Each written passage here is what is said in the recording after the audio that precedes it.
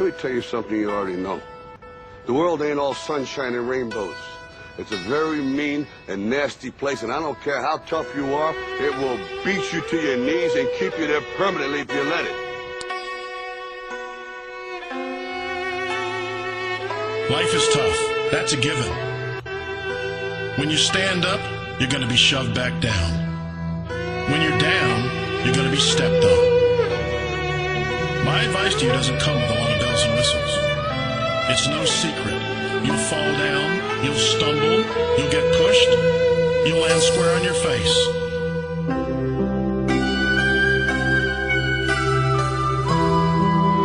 Life is scary.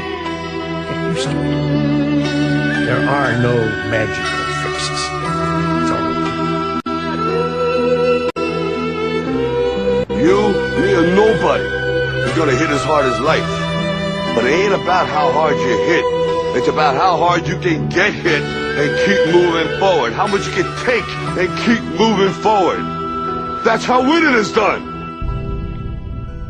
A lot of people in this world search endlessly for some complex, magical formula to understand why some people are successful and why others are not. Greatness is not this wonderful, esoteric, elusive, God-like feature that only the special among us will ever taste. You know, it's something that truly exists in all of us. The heaviness of being successful was replaced by the lightness of being a beginner again. I'm convinced that the only thing that kept me going was that I loved what I did. You've got to find what you love.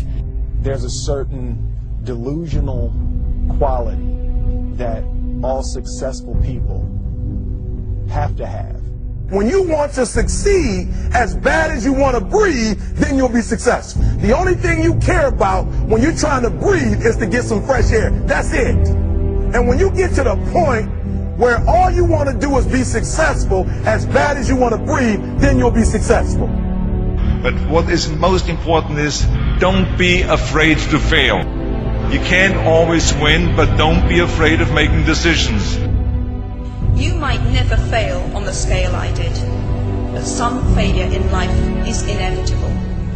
It is impossible to live without failing at something, unless you live so cautiously that you might as well not have lived at all, in which case you fail by default. When I was 17, I read a quote that went something like, "If you live each day as if it was your last, someday you'll most certainly be right." It made an impression on me, and since then, for the past 33 years, I've looked in the mirror every morning and asked myself, if today were the last day of my life, would I want to do what I am about to do today? Because almost everything, all external expectations, all pride, all fear of embarrassment or failure, these things just fall away in the face of death, leaving only what is truly important. Remembering that you are going to die is the best way I know to avoid the trap of thinking you have something to lose. Is distinctly different about me is I'm not afraid to die on a treadmill. You might have more talent than me, you might be smarter than me, but if we get on the treadmill, there's two things. You're getting off first, or I'm going to die.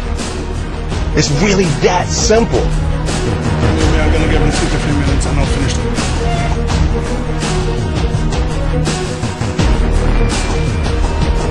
Then I promise that he will make it 2 until 3 minutes in the kickboxing ring with me this time. It's like you have to save your own life. Nobody's gonna be able to save it for you. So we have to do what we have to do, no matter what it is. This is what I believe, and I'm willing to die. Period.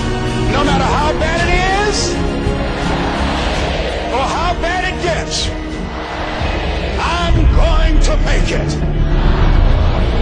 Say that to yourself every day. Our deepest fear is not that we are inadequate. Our deepest fear is that we are powerful beyond measure. I'm motivated by fear.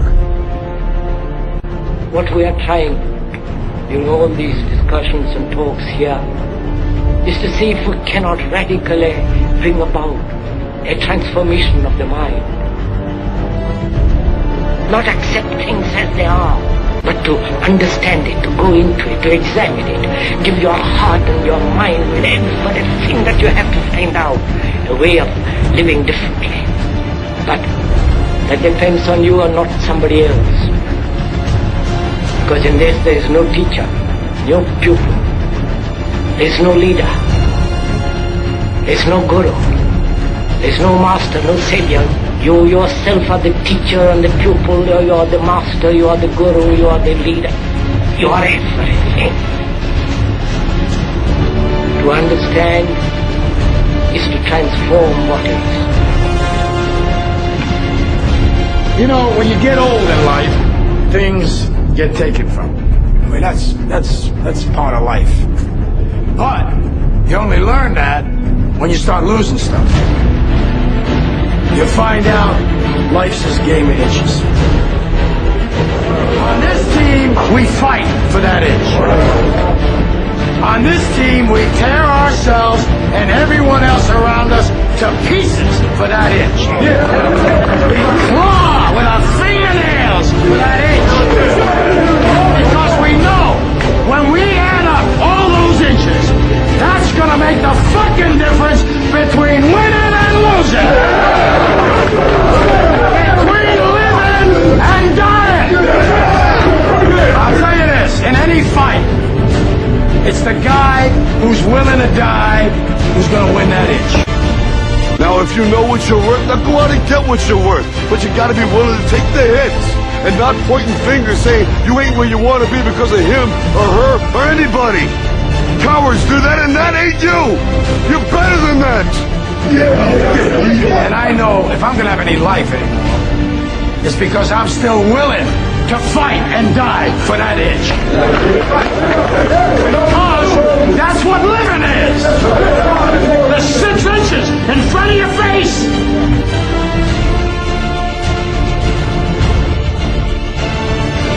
We get one opportunity in life, one chance in life to do whatever you're gonna do, to lay your foundation, to make whatever mark you're gonna make, whatever legacy you're gonna leave your legacy, and it's found through effort. Wins and losses come a dime a dozen, but effort, nobody can judge effort, because effort is between you and you. Effort ain't got nothing to do with nobody else. So that team that think they're ready to see you, and think what they see on film,